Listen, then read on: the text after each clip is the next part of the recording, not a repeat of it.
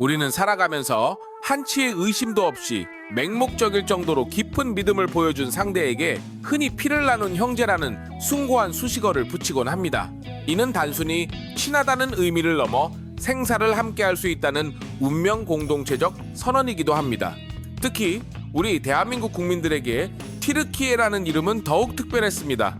지금으로부터 70년 전 머나먼 이국 땅 한반도가 잔인한 포화와 화염에 휩싸여 풍전등화의 위기에 처했을 때 그들은 우리를 위해 기꺼이 달려와 주었습니다. 우리는 그들의 고귀한 희생과 헌신을 단 한순간도 잊지 않았고 그 고마움을 가슴 깊이 새기며 살아왔습니다. 하지만 최근 들려오는 소식들은 우리가 간직해온 그 믿음이 얼마나 순진하고 또한 얼마나 위험천만한 것이었는지를 너무나도 적나라하고 잔인하게 증명하고 있습니다. 우리가 형제국이라 믿어 의심치 않았던 튀르키예가 우리를 향해 언제든 총구를 겨눌 준비가 되어 있는 주적 북한의 미사일 개발을 조직적이고 치밀하게 돕고 있었다는 충격적인 정황이 포착된 것입니다. 이것은 결코 가벼운 해프닝이나 단순한 외교적 실수가 아닙니다.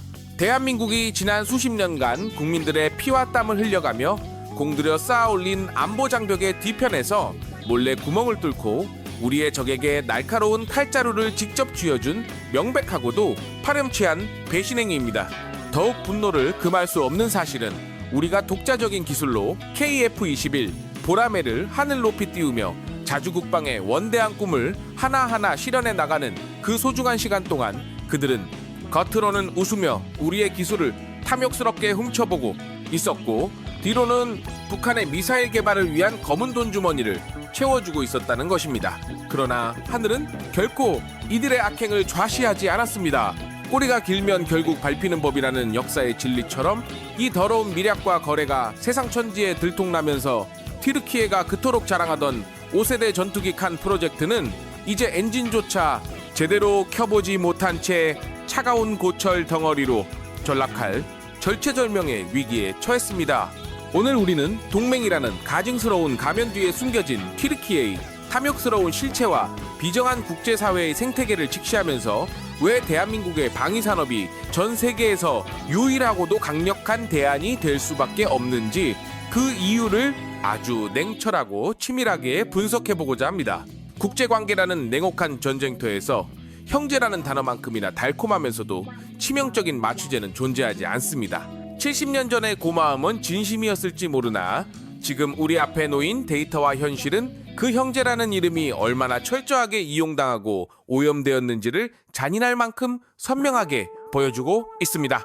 최근 국제안보계의 권위 있는 전문가 세이갈이 세상에 내놓은 충격적인 분석 보고서는 단순히 튀르키예가 북한을 은밀히 도왔다는 수준의 의혹을 훨씬 뛰어넘고 있습니다.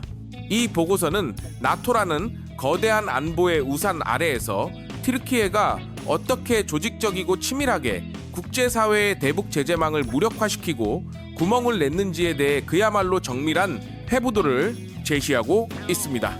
보고서에서 특별히 강조한 마찰없는 환경이라는 용어에 우리는 주목해야 합니다. 이것은 튀르키예가 북한의 불법적인 자금 세탁과 물류 이동을 돕기 위해 그 어떤 검문이나 제동 장치도 작동시키지 않는 사실상의 프리패스 구역, 즉 무법지대를 제공했음을 의미합니다. 이것은 결코 일선 실무자들의 감시 소홀이나 단순한 행정 착오가 아닙니다. 튀르키예라는 국가 차원에 기획된 묵인과 고의적인 방조 없이는 절대 불가능한 일이며 이는 명백히 국가가 주도한 시스템적 범죄임을 시사하고 있습니다.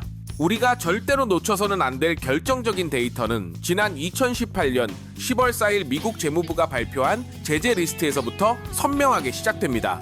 당시 미국 정부는 튀르키예 소재 기업 한 곳과 해당 기업의 터키인 경영진 그리고 그들과 공모한 현지 주재 북한 외교관을 제재 명단에 전격적으로 올리며 튀르키예를 향해 강력한 세컨더리 보이콧의 경고장을 날렸습니다.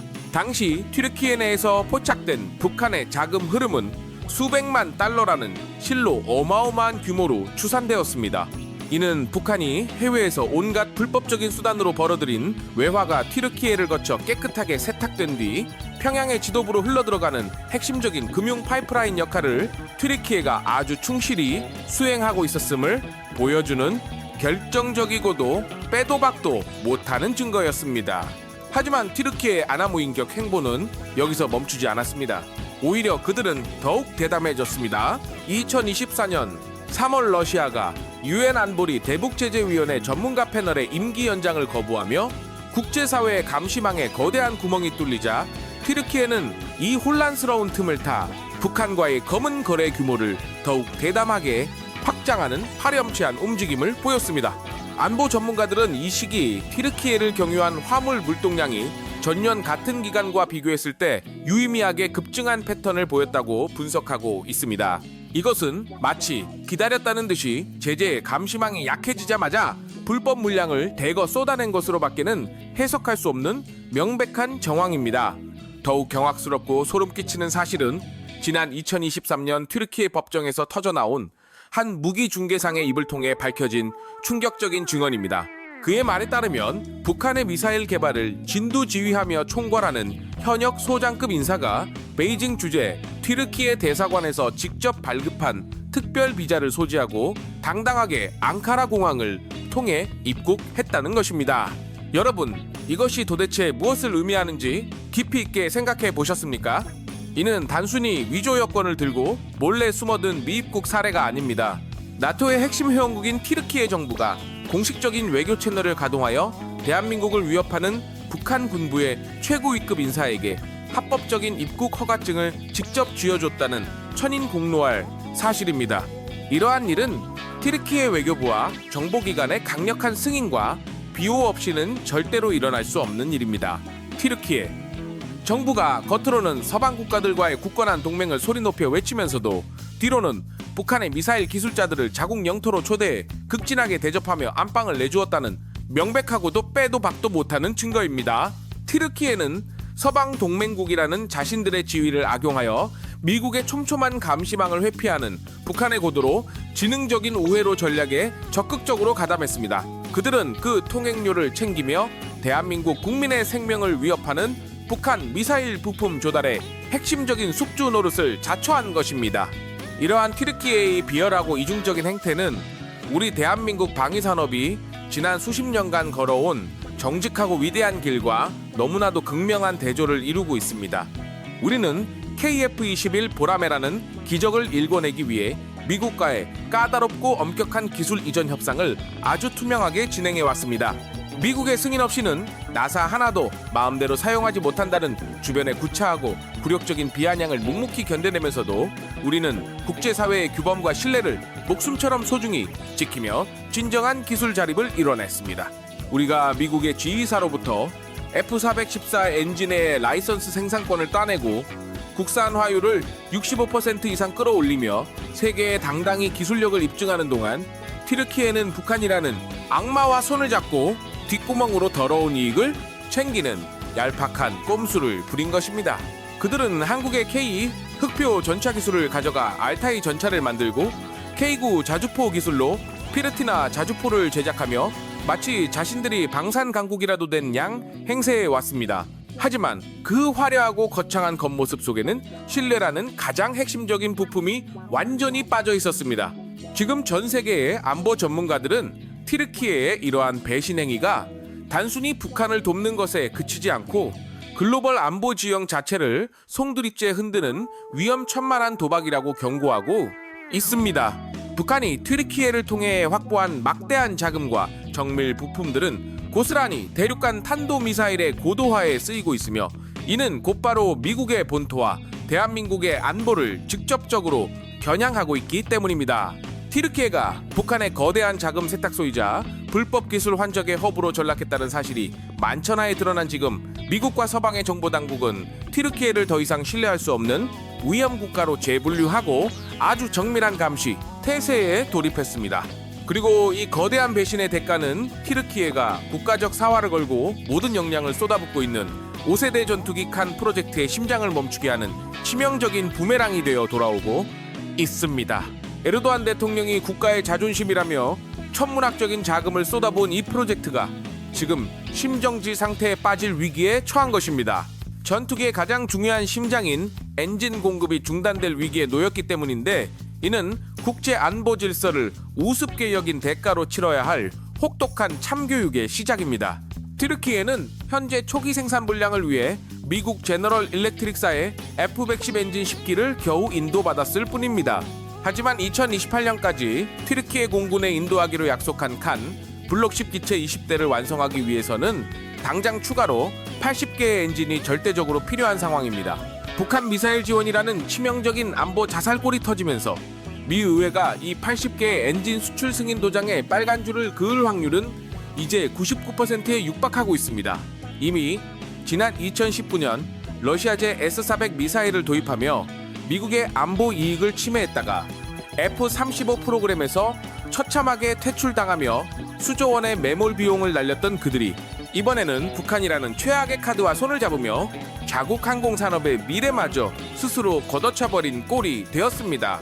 엔진 없는 전투기는 그저 덩치만 큰 비싼 고철 덩어리이자 박물관의 전시물일 뿐입니다. 튀르키예 방산청은 자체 엔진 개발을 서두르겠다고 호언장담하고 있지만 제트 엔진 기술은 산업의 제왕이라 불릴 만큼 진입 장벽이 상상할 수 없을 정도로 높습니다. 섭씨 1000도가 넘는 지옥 같은 고열을 견디며 수톤의 강력한 추력을 내는 단결정 합금 기술과 디지털 전자엔진 제어 시스템인 FATS는 수십 년의 노하우와 데이터 없이는 흉내조차 낼 수 없는 신의 영역입니다. 데이터는 결코 거짓말을 하지 않습니다. 튀르키예의 자체 엔진 개발 로드맵은 아무리 빨라도 2030년대 중반 이후에나 시제품이 나올 것으로 분석되는데 당장 2028년 실전 배치를 목표로 했던 칸 프로젝트는 사실상 공중 분해될 운명에 처한 것입니다. 이 절망적인 튀르키예의 상황과 극적으로 대비되는 것이 바로 대한민국 KF-21 보라매의 눈부신 비상입니다. 하늘을 가르는 거대한 굉음 뒤에 숨겨진 숫자는 때론 총성보다 더 냉정하고 확실하게 진실을 말해줍니다.